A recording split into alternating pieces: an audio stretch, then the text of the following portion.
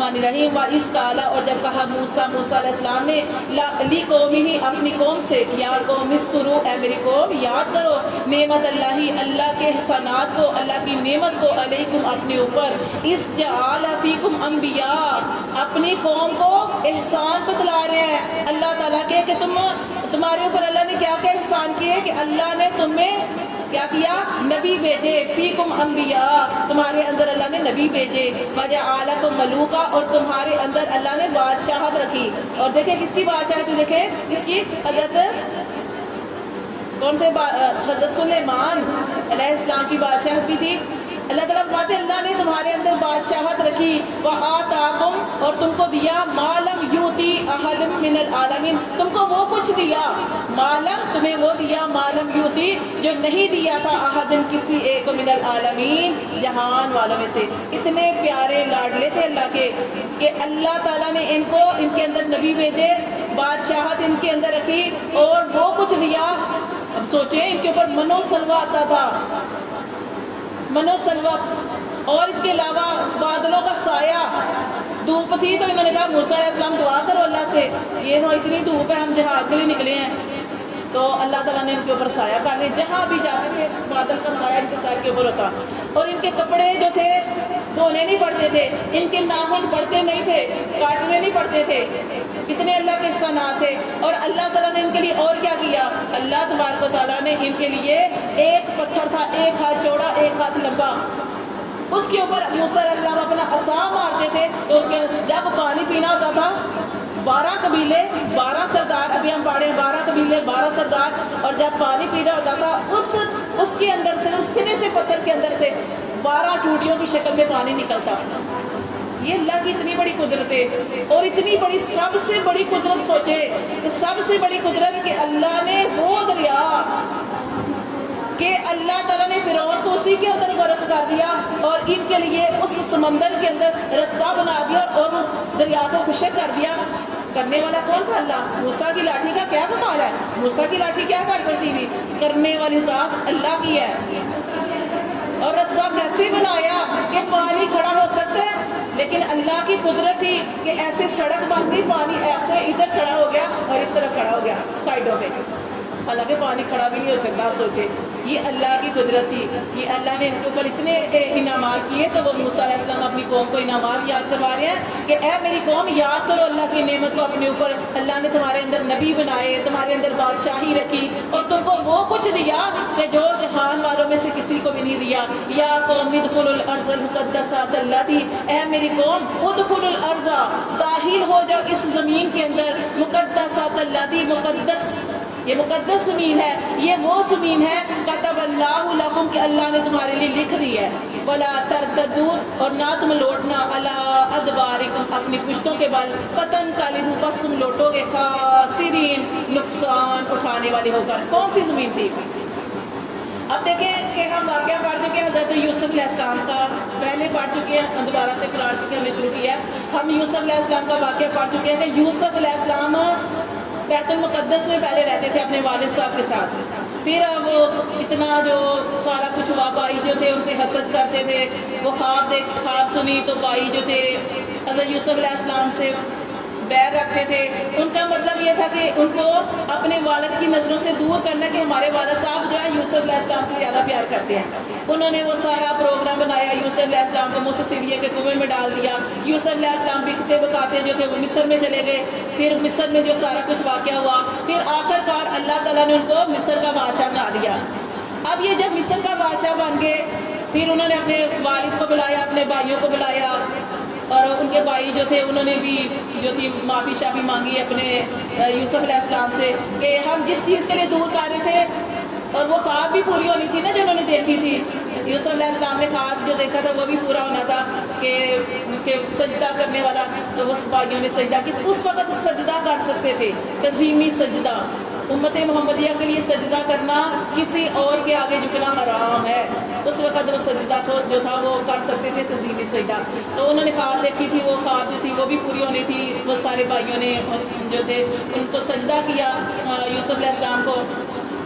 اور یوسف علیہ السلام کے چونکہ بھائی تھے، ماں باپ تھے، تو یوسف علیہ السلام نے ان کو وہاں بھی رکھ لیا اپنے ساتھ۔ اب یہ ان کا اپنا ملک نہیں تھا، یہ مصر یوسف علیہ السلام کا اپنا ملک نہیں تھا.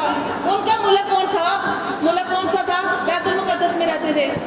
اور آپ جانتے ہیں کہ انبیاء علیہ السلام جتنے بھی ہیں ان کی زیادہ تر انبیاء کی جو جہاں پہ وہ رہتے تھے وہ بیت المقدس ہی تھی. اب چونکہ یہ وہاں پہ رہے, یوسف علیہ اتنی دیر ان کی زندگی تھی, پھر کیا ہوا کہ آہستہ آہستہ جو تھے, ظاہر ہے جو بھی آیا اس نے جانا ہے, موت ہوتی گئی. اور بعد میں یہ ہوا کہ وہاں پہ ایک قوم جو تھی قوم عمالقہ, یہ آپ انشاءاللہ کل بھی سبق کے اندر یہ چیز آئے گی, آج اتنے یہاں پڑھیں گے. قوم عمالقہ آہستہ آہستہ پھر وہ قوم جو تھی وہ اس کے اوپر قابض ہو گئی, اس نے وہاں پہ قبضہ کر لیا. اب جب یوسف علیہ السلام جو تھے وہ اس دنیا میں نہیں رہتے, ان کے بھائی وغیرہ بھی ختم ہو گیا کہ یہ قوم عمالقہ نے جب قبضہ کر لیا, اب یہ جو موسیٰ علیہ السلام تھے, جب ان کو فرعون وغیرہ سے نجات مل گئی تو اب یہ جو قوم تھی ان کی, موسیٰ علیہ السلام کی قوم جو تھی, یہ کہنے لگی کہ کیوں نہ ہم اپنے ملک کو آزاد کرائیں. ان کا ملک کون تھا؟ بیت المقدس. بیت المقدس کو کیوں نہ ہم آزاد کریں, کیوں نہ ہم اپنے ملک میں چلیں. تو اللہ تعالیٰ کے بھی حکم آ گیا کہ موسیٰ علیہ السلام اپنی قوم کو لو اور وہاں پہ جاؤ اور اپنی اس سرزمین کو آزاد کراؤ قوم عمالقہ سے. اب یہ موسیٰ علیہ السلام جو تھے اپنی قوم کے ساتھ وہاں پہ ان کو جانا تھا. یہاں پہ یہ وہی لکھا ہوا ہے کہ یا قوم ادخلوا, اے میری قوم داخل ہو جاؤ اس مقدس زمین میں. اللہ تعالیٰ نے فرمایا تھا کہ بس تم نے ارادہ کرنا ہے, تم نے بس ارادہ کرنا ہے اور نکلنا ہے. جب اس زمین کے اندر اس دروازے سے داخل ہو جاؤ گے اس بستی میں تو سمجھو کہ اللہ نے تمہیں فتح دے دی. لیکن یہ لوگ جو تھے انہوں نے ہمت ہی نہیں کی. کیونکہ ہمت کیسے کرتے؟ اب یہ تھا کہ جیسے 12 سرداروں کے بارے میں ہم پڑھے نا, موسیٰ علیہ السلام نے کیا کیا کہ موسیٰ علیہ السلام نے نا 12 سردار جو تھے وہاں اس جگہ پہ بھیجا جہاں پہ یہ قوم عمالقہ تھی. ٹھیک ہے, یہ جو موسیٰ علیہ السلام نے ان کو بھیجا وہاں پہ, اور کہ وہاں پتہ کر کے کہ اب وہاں پہ کون سی قوم رہ رہی ہے اور کیسے لوگ ہیں, تاکہ پتہ لگے تو پھر ہم ان سے جا کے جہاد کریں اور اپنے ملک کو جا کے آزاد کروائیں, اپنے وطن کو آزاد کرائیں. تو جب موسیٰ علیہ السلام نے 12 لوگوں کو بھیجا تو یہ 12 لوگ جو تھے 12 سردار وہاں پہ گئے تو یہ ایک باغ کے اندر داخل ہوئے.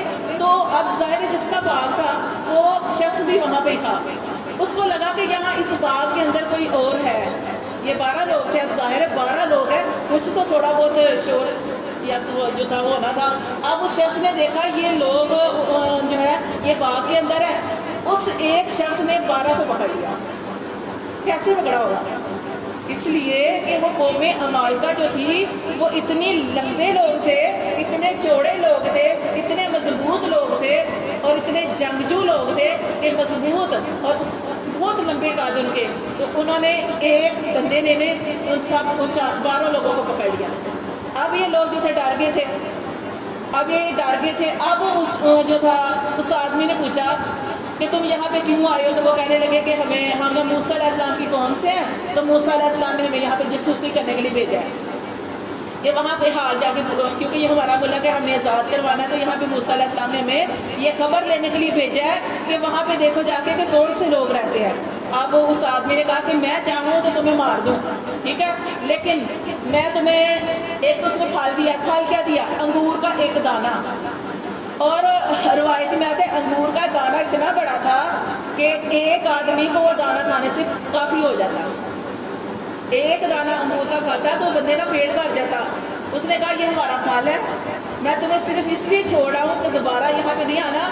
اپنے نبی کے پاس جاؤ, موسیٰ علیہ السلام کے پاس جاؤ, اس سے جا کے کہو کہ وہاں پہ ایسے لوگ رہتے ہیں اور یہ ہمارا پھل ہے, یہ ہمارا میوہ ہے. جیسے وہ اونچے لمبے چوڑے تھے نا, پھل بھی ویسے کا, پھل بھی ویسے کا انگور کا دانہ جو تھا. اب یہ لوگ جو تھے موسیٰ علیہ السلام کے پاس گئے اور موسیٰ علیہ السلام کو جا کے بتایا.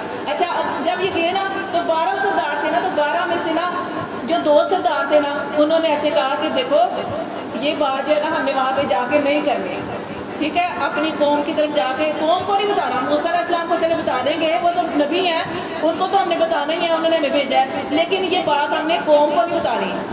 اچھا, انہوں نے آپس میں کیا یہ بات کہ نہیں بتانی, لیکن کیا ہوا 10 جو سردار تھے انہوں نے یہ بات جا کے, کیونکہ وہ بہت زیادہ خوف زدہ ہو گئے تھے, ڈر گئے تھے, انہوں نے یہ بات جا کے تو قوم کو بتا دی. اب قوم کو جب موسیٰ علیہ السلام نے کہا اور اللہ کا بھی حکم آ گیا کہ اے میری قوم, موسیٰ علیہ السلام نے کہا اے میری قوم تم نے اس زمین, مقدس زمین. اچھا, مقدس زمین کیوں کہا جاتا ہے نا, اب یہ میں نے آپ کو بتایا, کیونکہ وہ انبیاء کی سرزمین ہے.